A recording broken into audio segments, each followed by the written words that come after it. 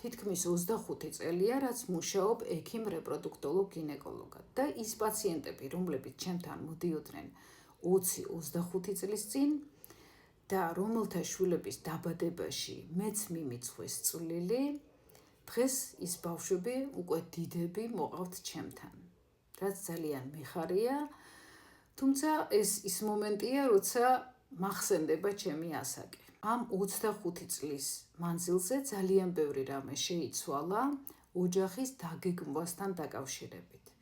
თუ დღეს ხდება ისე, რომ წყვილი იწყებს სქესობრივ ცხოვრებას და შემდეგ თუ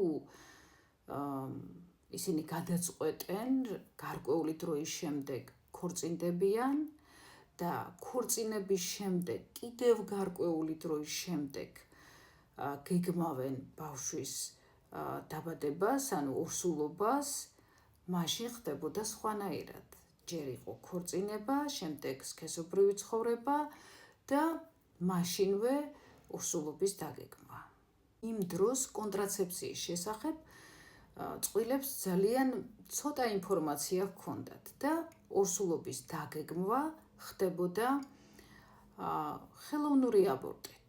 ანუ თავიდანვე გეგმავდნენ ორსულობას, შესაძლოა ესე რომ იტყვიან, მიაყოლებდნენ ერთი მეორე ორსულობას, შეიძლება მესამესაც და შემდეგ უკვე თავს იცავდნენ, ანუ თუ დაორსულდებოდა ქალი, მაშინ იკეთებდა აბორტს. ეს ძალიან ცუდია, განსხვავებით იმ დროისგან, დღეს ეს ასე არ ხდება. კი ხდება, მაგრამ ბევრად უფრო იშვიათად. დღეს არსებობს კონტრაცეფცია, ამის შესახებ იციან და აქტიურად გამოიყენებენ. დღეს ქალები უკვე მუშაობენ როგორც მამაკაცები, აკეთებენ კარიერას, არიან ძალიან წარმატებულები, ამიტომ მათ არ აქვთ დრო, არ ყოფნით დრო იმისათვის, რომ თავიდანვე დაგეგმონ ორსულობა, რადგან ბავშვის ყოლა მოგეხსენებათ, რომ დიდი პასუხისმგებლობა, ამავე დროს ეს მოითხოვს ფინანსებს და აქედან გამომდინარე ქალს უხდება ჯერ სწავლა, შემდეგ მუშაობა და გარკვეული პერიოდის შემდეგ, როგორც იტყვიან, როცა ფეხზე დადგება ოჯახი, შემდეგ უკვე ორსულობის დაგეგმვა. ძალიან ბევრი ინფორმაცია ვრცელდება იმის შესახებ, რომ აი ქალმა იმშობია რა 60 წლის ასაკში, 50 წლის ასაკში, რა ვიცი, 70 წლის ასაკშიც კი შემხვდა ესეთი ინფორმაცია, რაც თითქმის, რა ვიცი, დაუჯერებელია ჩემთვის, როგორც ექიმისთვის. მაგრამ საქმე იმაშია, რომ დღეს არსებობს ინვიტრო განაყოფიერება, რომელიც გაძლევს საშუალებას, რომ აი ესეთ ასაკში 40-50, აი მენოპაუზაშიც კი დაურსულდე და ბავშვი გააჩინო. საქმე იმაშია, რომ 50 და 60 წლის ასაკში შეუძლებელია, რომ ქალს ჰქონდეს საკუთარი კვერცხუჯრედი და როგორც წესი, ეს კეთდება დონორი კვერცხუჯრედით. ან კეთდება საკუთარი კვერცხუჯრედით, თუ შენის შენახული გაქვს 20-25 წლის წინ.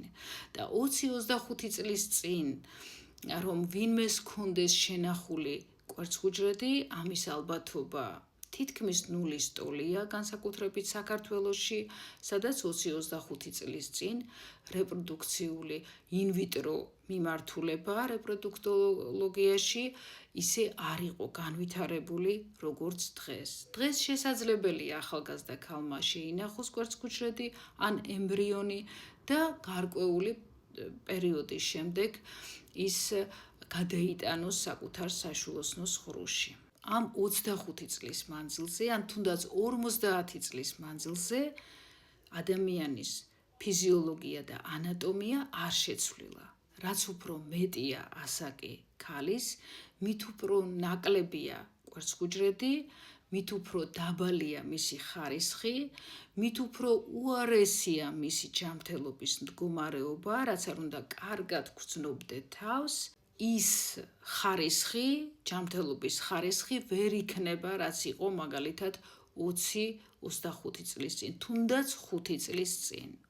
აქედან გამომდინარე, რაც უფრო მალე დაიგეგმება ორსულობა, მით უფრო უკეთესია ნაყოფისთვის, ბავშვისთვის და დედისთვის, რადგან დედის ორგანიზმი უფრო ჯანმრთელია ახალგაზრდა და ნაყოფიც უფრო ჯანმრთელია. 35 წლის შემდეგ უფრო ვამბობთ, აი 35 წლის შემდეგ უფრო ინტენსიურია ეს დაქვეითება კვერცხურჟედების ხარისხის, აი დაახლოებით მრუდი რომ წარმოიდგინოთ ესეთი რომ თქვათ 25 წლის ასაკი ეს არის პიკი, როცა ყველაზე კარგია დაურსვლების შანსი, 25 წლის შემდეგ მიდის ნელა დაბლა, 30 წლის ეს თითქმის იგივეა, ოდნავ დაბალია, 30 წლის მერე კიდე უფრო დაბლა, 35 წლის შემდეგ ეს მრუდი უფრო სწრაფად მიდის დაბლა და 40 წლის შემდეგ თითქმის აი შეიძლება წარმოვიდგინოთ, რომ ეს მრუდი ხდება ვერტიკალური, ანუ ძალიან სწრაფად უკვე ეცემა კრიტიკულ დონემდე.